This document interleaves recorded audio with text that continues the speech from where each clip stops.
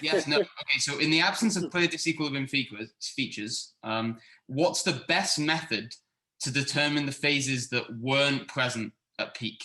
So I think it's asking if you've got hydrated phases in the rock and they don't clearly look like they're disequilibrium phases, how do you know which ones were present at peak and which weren't in these granulite facies assemblages? Well, if you've got hydrous phases in there, there's a very good sense in which they're perfectly entitled to be there. You know, one thinks of granulite facies as containing anhydrous assemblages, but biotite and amphiboles can really persist way up into really quite extreme granulite conditions. I mean, one way to get a granulite that really is anhydrous is for it to have generated enough melt to have completely exhausted the possibility of hydrous minerals being in there. And then obviously that's a bit more tricky. But you know, if you've got hydrous minerals in there, then you look at their microstructures and you assess from their microstructures whether it's, you know, looks likely that they're in equilibrium with, you know, with the anhydrous dominant peak mineral assemblage. And the opposite is kind of easier to see. If I wrote a paper in, well, it actually it actually was something that I was considering in the early 1990s, but it did get written up in, as a paper until 2001, which was understanding some of the retrograde processes that do occur in migmatites and granulites, and describing the kinds of microstructures that occur on the immediate cooling path when there's still melt potentially directly in contact with the minerals that are breaking down. And then what are perhaps even more common are these, Pierre just referred to symplectites, and in a way they're a sort of symplectite that do also seem to be very strongly associated with rocks that had melt. In some people have said, yes, this is the sort of intergrowth that you will get in direct contact with melt. I'm not so happy about that because I can see two different types of occurrence for these sorts of retrograde minerals. But can still seem to be able to form in a rock in which the back reaction with melt is still going. So you get basically two different kinds of texture. One seems to be directly from a reaction with the melt, and one which is quite likely happening, as a succession to that when there's less of the melt still around, and you get the symplectites when they're, by and large, when you probably haven't got direct contact between that intergrowth and the melt. That'll pop up in some of the things I say about melting processes on Friday. So with a bit of that, basically, you can spot these things that are directly related to back reaction, and if you need to remove them before you think about the peak condition when there was melt in the rock, then you can do so. Approximately, of course. Anyway. Okay, so there are many possible sources of uncertainty in these calculations, as you've shown, these different types of uncertainty. Are there any of the ones that you've shown that are routinely, are there any that we would routinely show on our plots, or that people routinely put on their PT diagrams? And are there any that are easy to plot, or some that generally aren't that should be, in terms of these uncertainties that you described? Does that make sense? Yes, it does. I mean, I think when people put error bars on things, it isn't always clear exactly what what that error bar means, and it could relate to, I guess it could relate to any of those or all of them, and not many of the ways that we calculate have easy error estimation built into them, but it's a feature of thermocalc that it's possible to estimate errors of certain kinds, and And you know, in a way, that's that's in some ways that's kind of all we have. You know, we can take the judgments that have been made on the nature of some of these uncertainties, and they're propagated for us if we use average PT, or we ask Thermocult to tell us what he thinks the uncertainties are. Personally, I think that's all I really feel I have to go on in any quantitative way. Maybe other people know of other ways of determining uncertainty. What I do sometimes with minerals, if I'm worried about how my minerals are propagating, then I do basically a Monte Carlo simulation, you know, projecting the what I think the analytical uncertainty was, and look at how that propagates through the mineral formula recalculations. And also, of course, I've had to adapt that now for reproducing these sort of XYZ quantities that you have to put into the new Thermocult data sets to get the right properties for the solution models. Okay, great. I think that about answers that question, Dave. Maybe I'll switch back to Pierre. Pierre, do you have any additional comments to the earlier question that was asked about independent contouring of iron and magnesium as isopleths versus coupled contouring with XMG? I know Dave answered that earlier in his Q&A. Should we use XMG in garnet, for example, and only calcium, because those are the two independent variables that we can use, for example, to see where is the best intersection of the isopleths? One of the problems of using this approach is the uncertainty on the mineral composition is different between magnesium, iron, calcium, and manganese. And if you do not use if you consider this uncertainty, then the problem becomes much more complicated. And here I have an example that we just published that one in the review with Eric Dursdorf. And that's not from us. We took this example from McCarron et al. 2014.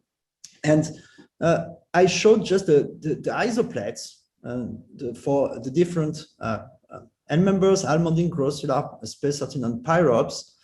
And if I take the intersection from the authors, then it would be the star here on this PT diagram. That would be the best intersection for the isopleths, and you see them with their uncertainty. It's where with the analytical uncertainty. If you optimize that and you use an unweighted optimization, which means you assume that the uncertainty on almandine, grossular, pyrop, and space13 in your measurement is identical, then you will end up to a solution that is very close from this solution, no? And it's in one stability field. Now, if you take a weighted solution, so if you consider the uncertainties on the microprobe measurement, then in this particular example, you have two solutions that are shown as S1 and S2. And from a statistical point of view, they are identical, but they are in two different stability fields. So it just shows that the effect of really taking into account the uncertainty of the measurement makes the story a bit more complicated. And in this case, you might want to consider all the elements because you have a difference in uncertainty on each element. This is not the case for the thermodynamic data. You can simplify the problem to the number of independent N members if you only consider the database uncertainties. So no, that's a really nice example, Pierre. I hadn't seen that diagram. Oh, I must have skipped over it when I read your paper. Okay, another question here. You showed the list of routines in your big table from Bingo Antidote close to the end. Somebody asking that using routine number 4 in Bingo Antidote and fractionating garnet using proper masks in XMAP tools, would you get similar results to those from the routine applied in garnet mod? I think that's yeah, I have never tried that one, but it should, yeah, it should be pretty similar. Yeah, it should be pretty similar to the, yeah, in this case, you do not optimize the resorption. So you have, it's a simpler problem, but yes, it would be similar. It should be similar. The only problem is that the other minerals for the stage that you model, they should reflect an equilibrium with the comp. They should be in equilibrium with the they should reflect an equilibrium state with the composition of garnet you try to model. So it can be, for example, the rim of the garnet with the matrix minerals. But yes, in this case, would be identical. Okay, can bingo antidote be used to optimize n-member thermodynamic parameters or mixing models instead of pressure temperature in the future? And I think you kind of partially alluded to this in your last slide. You had that nice slide with all of the different data sets that you were using. Yeah. Yeah, it's just a matter of how many constraints you need to start to adjust the parameters of the solution models. So you need quite a lot of constraints. But what I would do, and I haven't done that yet, is simply to try to run Monte Carlo on the solution model, on the parameters of the solution model, to see if I can get the biotype back, or if there are a few parameters that will control why is this biotype composition so far away from what we observe. So yeah, that's something we could try in the future. And that's a bit the idea of this perspective slide. It's a good question. Yeah. Okay, right. Maybe we'll switch back to Dave Waters. A question about average PT here. How, if I'm doing average PT, do I decide which N members I should use? There are often many to choose from. What do I pick? Yes. The more complex the models get, the more variables there seem to be. Yeah, there is some official advice on that. If you check out the HP Axios website, they've got they're building anyway. So resources that'll help you with the new way of doing things. One thing is that if you've got, I mean, now with ordering in a lot of these models, you're not going to bother with the ordered ones, and in fact that probably applies to all the N members that have been manufactured. So stick to the ones that actually have real data in the database for. Next thing is that you need to know whether or not you can trust the way that minor elements have been brought in. So I think that makes you suspicious or a bit cagey about using ferric iron or manganese. So not usually very much. They often actually, because they are themselves sort of a bit uncertain, they won't actually contribute any tightness to the result you're looking for. And the next candidate to worry about, unfortunately, is iron, because there's the ferrous-ferric issue. So iron members are potentially a little bit less reliable than other ones. And so that kind of whittles things down, but it does at least leave you with a set of N members that you can be a bit more confident about. The extra ones that you might have thought of putting in will either mess your answer up somewhat because there's something not right about them, or it will be in there and give you an extra reaction or two, but it won't necessarily tighten down your PT estimate. What you can do in a way to see what the core N members are that you probably can trust is go back to the old data set definitions. Berman maybe, I don't know the Berman database that well, but if you look at the 1985 or the 1990 data set compilations of Holland and Powell, you'll see that they are the ones that are based on probably the most rigorous base of experimental data.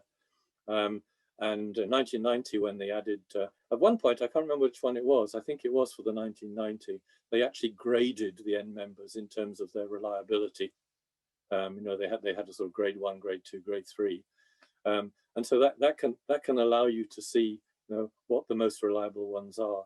So for a lot of purposes, I end up whittling down a lot of these things down to maybe a handful of N members, which is just enough for me to get 4 or 5 reactions out of average PT. And then I find those trustworthy. Excellent. I think that's great advice for anyone out there who's trying AvPT for in their rocks. A question for you, Dave, and then Pierre, perhaps you can follow up. We've talked quite a bit about fractionation, and it came up in both of your talks. How can fractionation affect isopleth thermometry, and how drastic can it be on what your pressure temperature estimate might be? How much can it affect things? Well, yes, it can. I've not really had the time to do too many experiments on that. I probably should have done. But of course, every time you fractionate, you're changing the bulk composition. So you know, you're shifting the bulk composition in directions that ought to be predictable. You know, in those things, I think I would just say, you know, try it and see, and see what the effects are. I've got a little fractionation calculation you know, coming up on Friday that will slip into what happens if you fractionate melt. It's not particularly informative, but it does, you know, potentially show you useful things. Otherwise, fractionation is often what you'll do with you know, with the zone garnet. You know, you'll track through the zoning profile in the garnet and fractionate stuff so that it is stored in the garnet. And many other people have done that. More people really than I can really think of or comment on. I've done it occasionally myself, but not much, because I've mostly done it, you know, some time ago in thermocult when it was quite difficult to do in any automated way. So my fractionation calculations have, by and large, have been quite crude. So yeah, I think things just try and see. Yeah, and we can flip to Pierre here, and so I think you had a slide in your deck, Pierre, where you talk about the importance of fractionation, and I think you say something like it's greater than 2%. If porphyroblasts are greater than 2% in meta-P-lights, it's important, and greater than 4% in meta-basehites, then it becomes important. Is that actually? Yeah, actually, while I'm still unmuted, that 2% does seem to be a magic number. It's been knocking around for a long time as you know, the threshold for when you need to start talking about fractionation.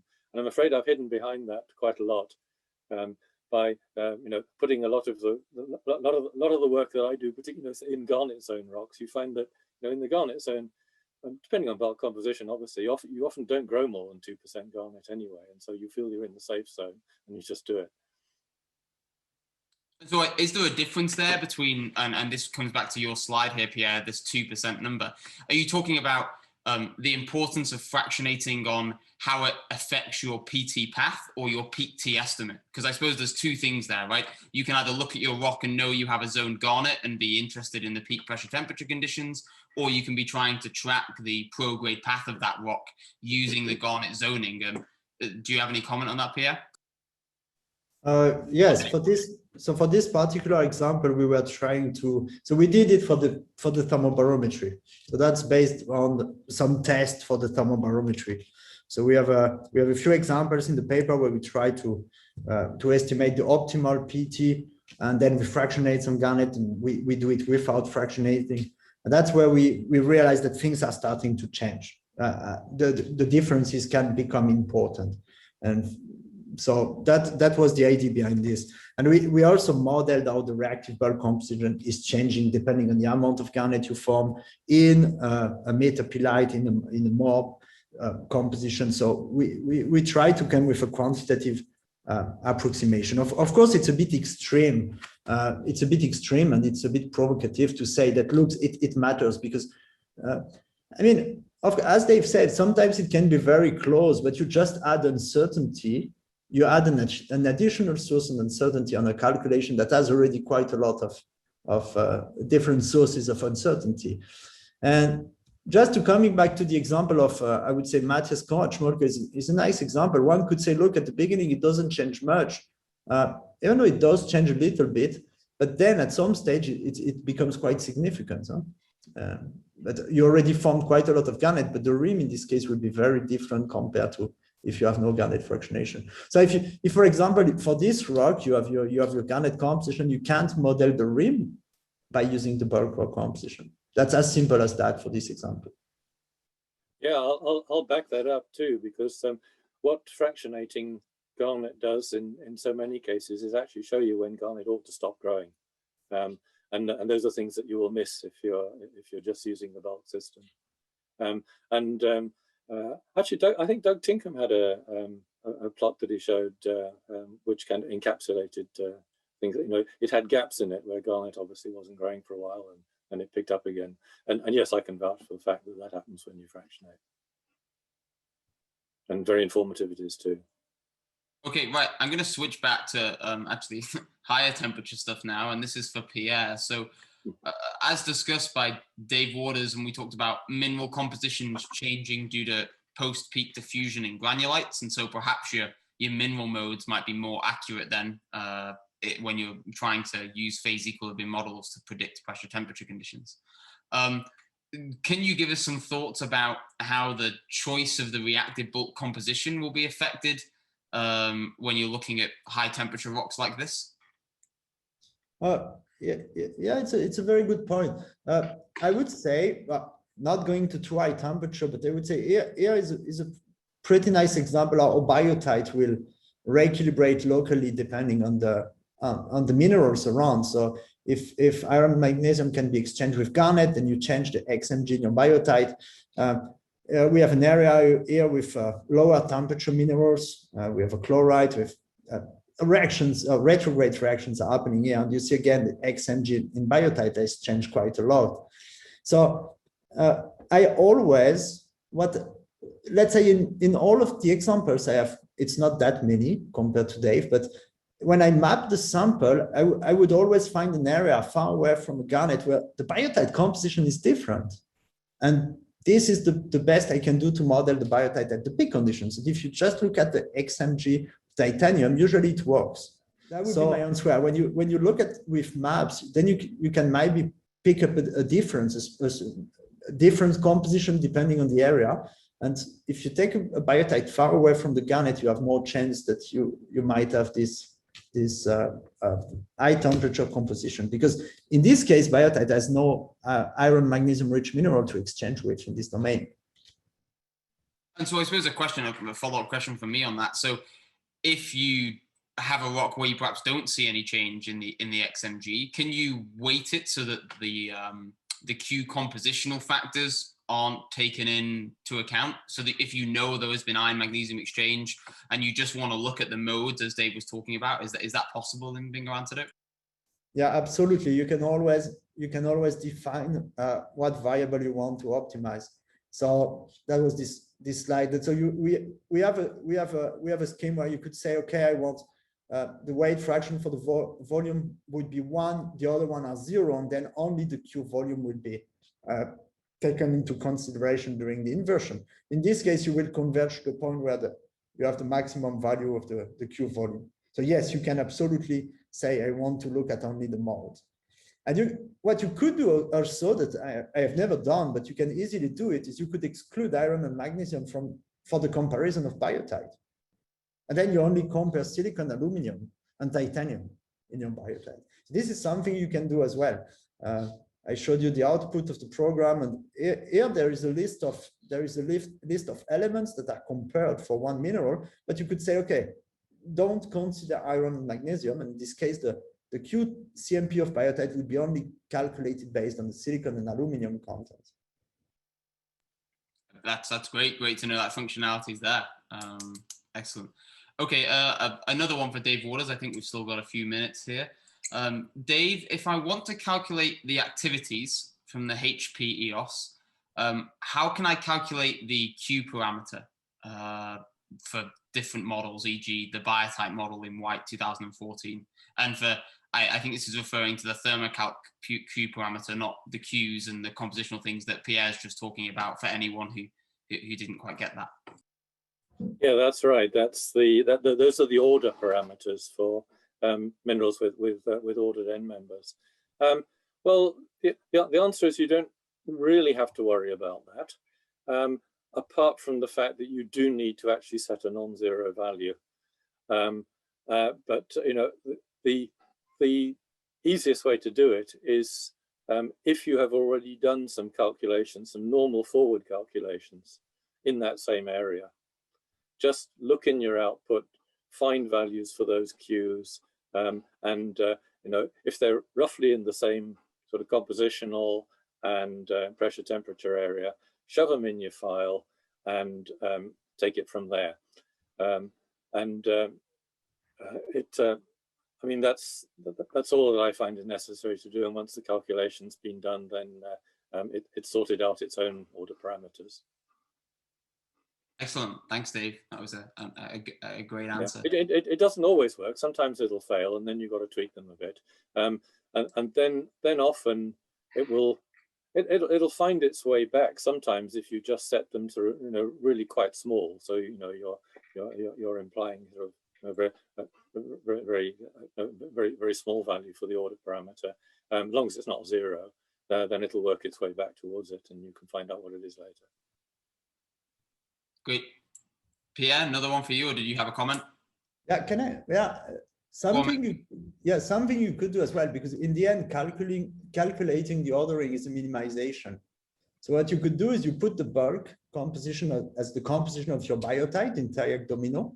You only consider the solution biotite, and it will tell you for any PT what are the activities of all the members for this PT. And the order parameter will change with pressure and temperature, and you can estimate it like that as well. I didn't know that. That's actually really interesting. Yeah, I never thought of doing that, Pierre. That's smart. That sounds like cheating. Okay, maybe one last question for you, Pierre. Somebody here asking, do you change the density values in XMAP tools that you use to calibrate the maps after you optimize it in Bingo Antidote? No, I don't. I don't, because what matters is if a pixel is garnet with a density of 3.824, or if a pixel is quartz with a density of 2.65 or 2.7, then this difference matters. It doesn't matter if you take 3.9 or 4 for garnet. This doesn't really change your composition at the end. So we made a few tests, and in the end, what is important is more to have the difference between a garnet, a magnetite, an ilmenite, and a plagioclase or a white mica chloride. But so that's the main. So we use average density values.